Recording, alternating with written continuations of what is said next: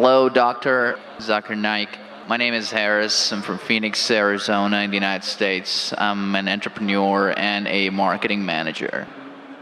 Two of my friends in America have converted watching YouTube videos of you.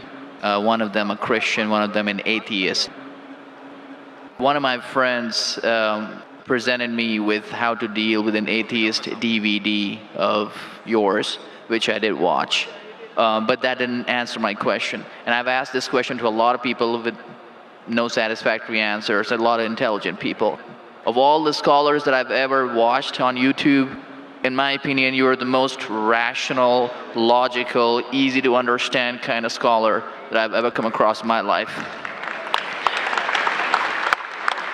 And it is really important that this question is answered because I've never had a satisfactory answer for this question. My question is like a coin with two sides. The first side of it is this, and this is the question. I'm somewhere between an atheist and agnostic. I'm not sure where. God has created this entire universe, and the Quran speaks a lot about how it has taken so many days and mountains and this and that, and life is going to be a test and whatnot. My question is, way before God decided to create this entire universe, before he decided to put human beings, before he decided to send Prophet Muhammad or Adam and Eve, way before he even planned about doing any of this, he knew the end result of it. He knows in the end he will be disappointed by certain people and he will throw them in hellfire. He knows they will be burning. He knows they'll be tortured, and that is when they'll be repenting for what they've done. Way before he created the entire universe, he knows the outcome is gonna be bad. It may be good for certain people who are in heaven, but he knows that he can save those people from being in hell. Way before he even decided to go ahead with the creation. Yet he decides to go ahead with it, with all his godly logic. Why would he want to do that? The question, if I can just put it in this manner, how can God be so sadistic that he would actually go ahead with a plan which he knows is going to end up in that manner? That's the first side of the coin. The second side of the coin is, for some reason, if I believe that, okay, God is almighty and he understands everything is great, God is great. Why is God insisting in the Quran that look at the mountains, look at the protons, the electrons, this and that, everything is so synchronized, how amazing I am. Why is he forcing us to find his creation amazing when it is a piece of cake for God? I mean, he just had to say kun and it was done. Then why is it a big deal if God has made this entire universe which is so amazing? Because for God it's nothing. So I should not be really amazed at his creation. He can do much more than this. So I do not understand why he wants us to respect what he's done or find it amazing what he has done. The brother asked a very good question and a very intellectual question. It's a very good question. And he has seen some of my tapes on YouTube, even of atheism. And this question that is troubling him, he hasn't got the answer to. The brother asked the question that Almighty God knows everything before he created the heaven and the earth, before he created human being. Even if one person goes to he could avoid that. Hell, he could have avoided that. I mean, he could avoid being disappointed. Of course. I'll reply. The brother said, even if one person goes to hell, it is as though God would be disappointed. Now coming to your question, I started a school. And you may have heard Islamic International School.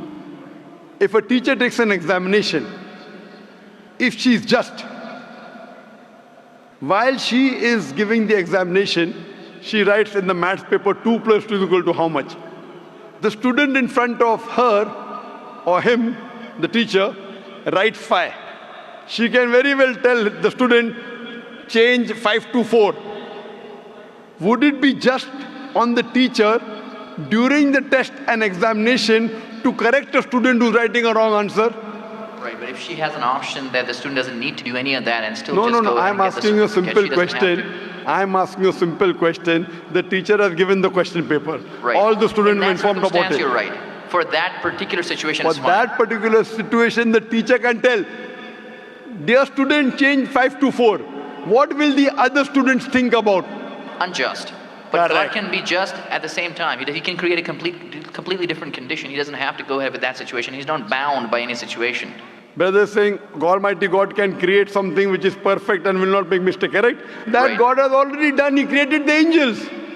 God Right. created the angels. The angel never go against any commandment of God.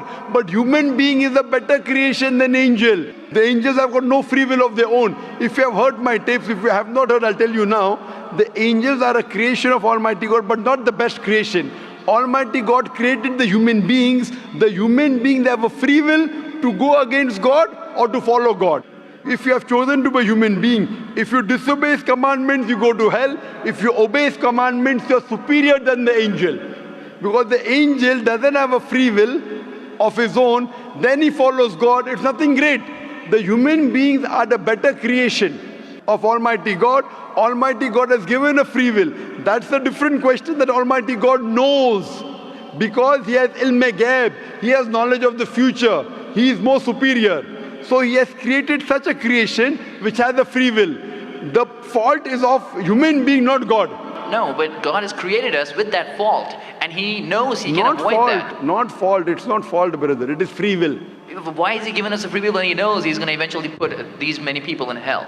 Why is He doing something? That is a different creation. Like, would you want to create something which can think on its own, or would Why you want would to? someone so compassionate can That, also brother, be that's what sadistic I at the tell you. same time? What you want, God has already created an angel. I'm asking you, which is better?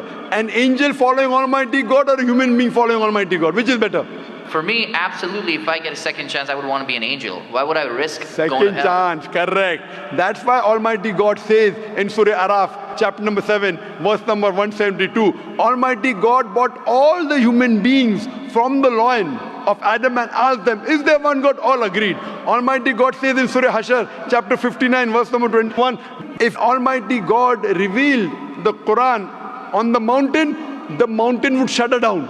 Almighty God says in Surah Ahzab, chapter 33, verse number 72, it is the human beings who were fools who said we want to be human beings. You and I were fools. Now you cannot backtrack. Once you said you want to appear for the test, once you read the test paper. Nobody asked me. That's They what- asked Adam and Eve.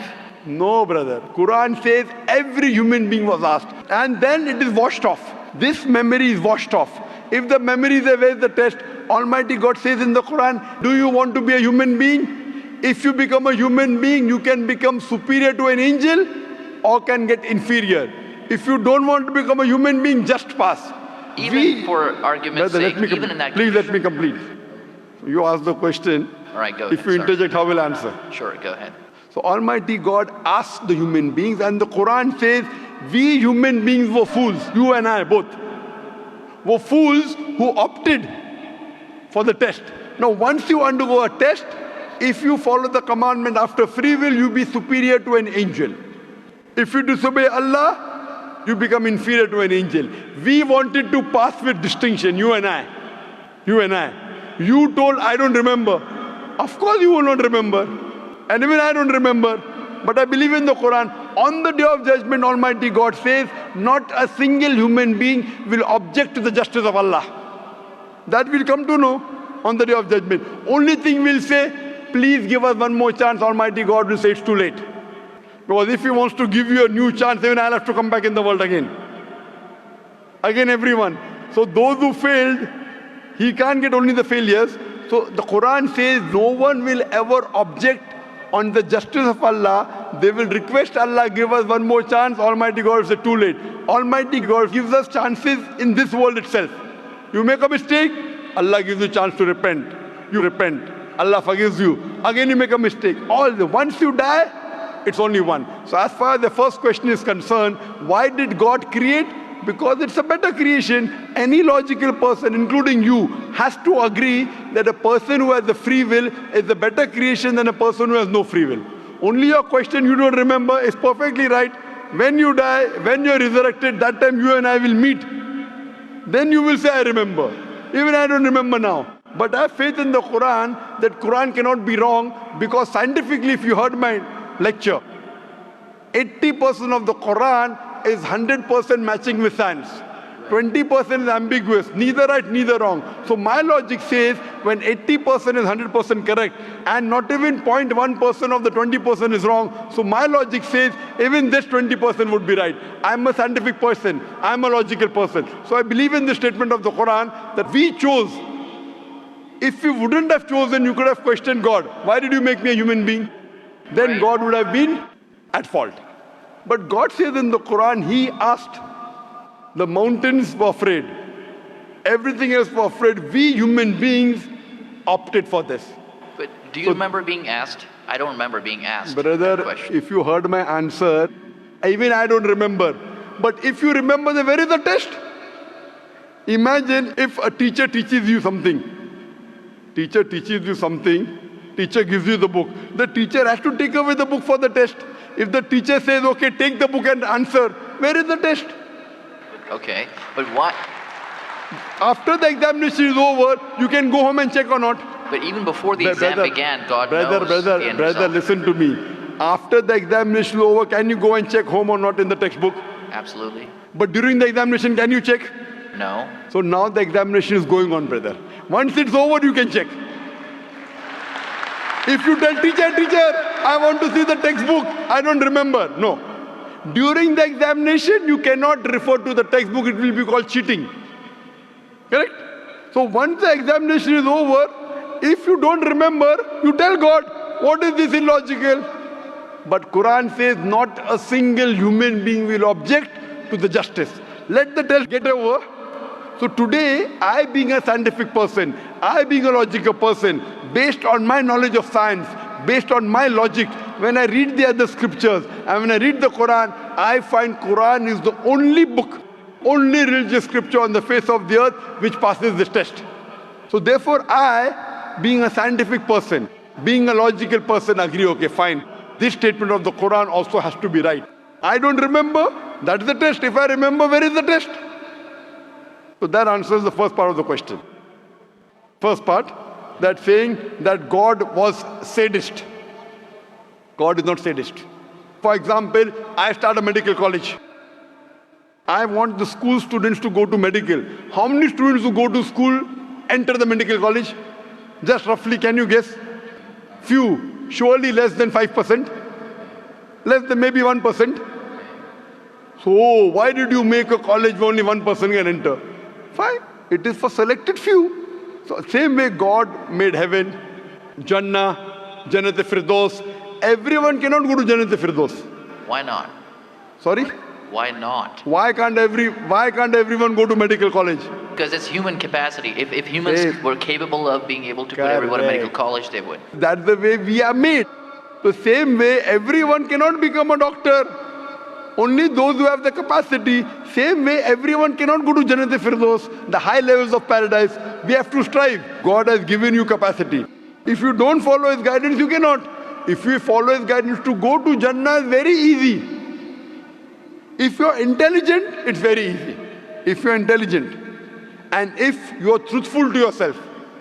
But if you're not truthful to yourself, even a non-intelligent man can go to Jannah. Only thing, you should be truthful. God has given you different options how to follow Him. Some people think they are smart. I tell them they're extra smart. If they were smart, they would see it is crystal clear in black and white that this is the word of God. You have to follow it. That's the reason Francis Bacon said, little knowledge of science makes you an atheist. In-depth knowledge of science makes you a believer in God. So I wouldn't say God is sadist. I said we were fools who opted to undergo the test.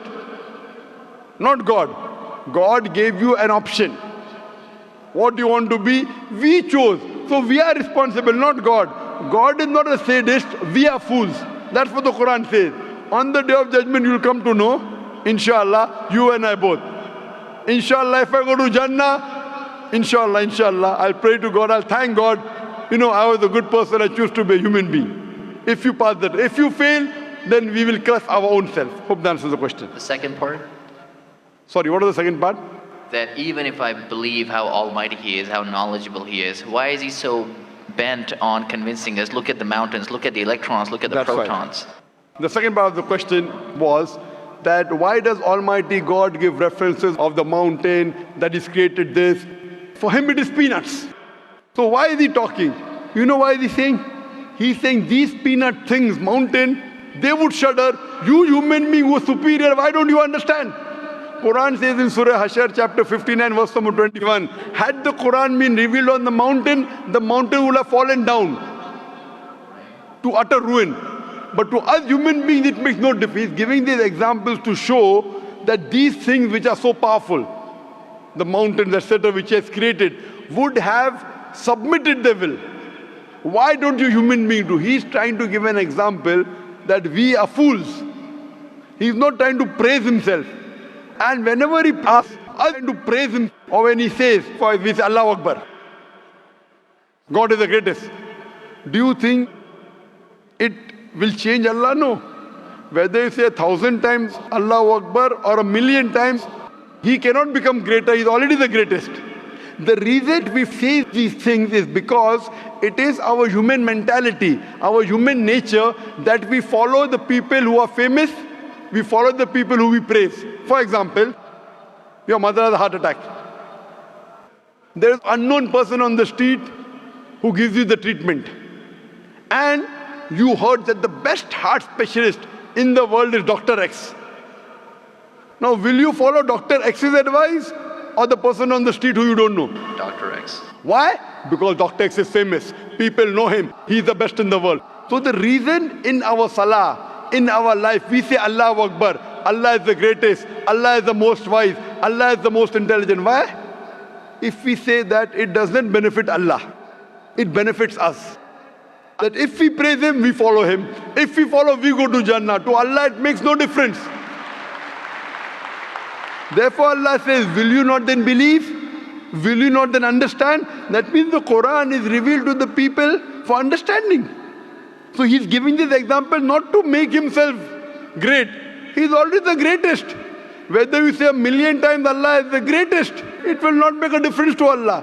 He's telling it to you. Allah says in the Quran, Allah does not require you, you require Him. So when we praise Him, it is human psychology that the person you praise, person you talk great about, you tend to follow his advice. By following his advice, it will benefit you, it will not benefit him. He is already the greatest. He is already the merciful. So these are rules and regulations laid down. He is our creator. He knows our mindset. You are a student of science, correct? I am also a student of science. The moment I come to know, Allah mentioned these scientific facts which we came to know today, 50 years back, it increases my faith in Allah. Allah says in Surah Fusilat chapter 41 verse 53, Sanuri mayatina fil afaqi wa fi anfusihim hatta yatabayyana annahu al-haq. Soon we shall show them our signs in the furthest regions of the horizons and into their soul until it is clear to them that this is the truth. So Allah is giving these examples so that it benefits us. For Him, it makes no difference. It is benefiting us, so He is giving us a chance to follow Him so that we can go to heaven.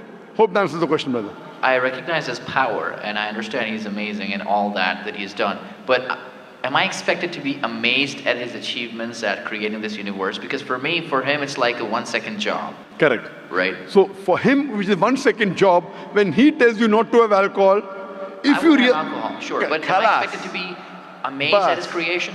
No, see, the thing is that He is not there to prove Himself better. If you believe that for Him it is peanuts, so will a person lie? No. So if He says don't have alcohol, you will not question Him. No. Don't have pork, you will not question Him. Yeah, but I'm not amazed at His creation because for Him it's nothing. Compared to us, it's amazing. For Him, it's nothing. Right. But compared to us, a person who can create the universe, when He tells me not to have alcohol, I immediately follow. Sure, I don't mind following Him, but do I have to be amazed at His creation, as is said in the Quran? See, as you asked me the question, should I be amazed at the creation? Right. I would say, if I believe human being is a better creation, then yes, I'm amazed, and then I say, Alhamdulillah, He has made me better than that. So if I'm amazed, He made the mountains, He made the stars, He made the sun, but He made Zakir Naik also. He made a human being.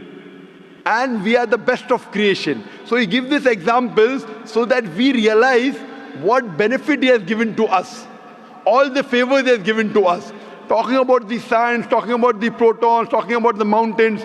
Finally, he says human beings are the best creation. So in comparison, we have to agree that our Creator has created this human body, the molecules, the DNA, the complex thing, which can never come by chance. So in this way, we are amazed at the creation of the human being.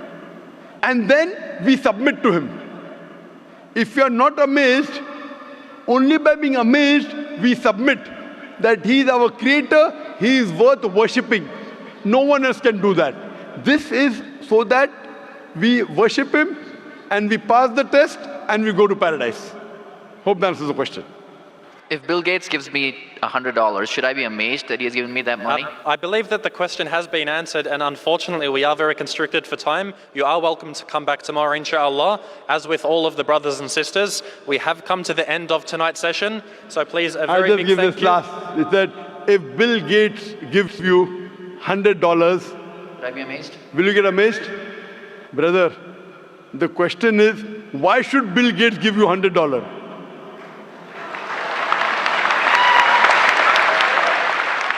If you tell me a Tom, Dick and Harry gives you $100, nothing to be amazed. Bill Gates gave me $100. It's something that he gave you. Why did he give you? Why not somebody else? Why? The question is, why did he give you is the question.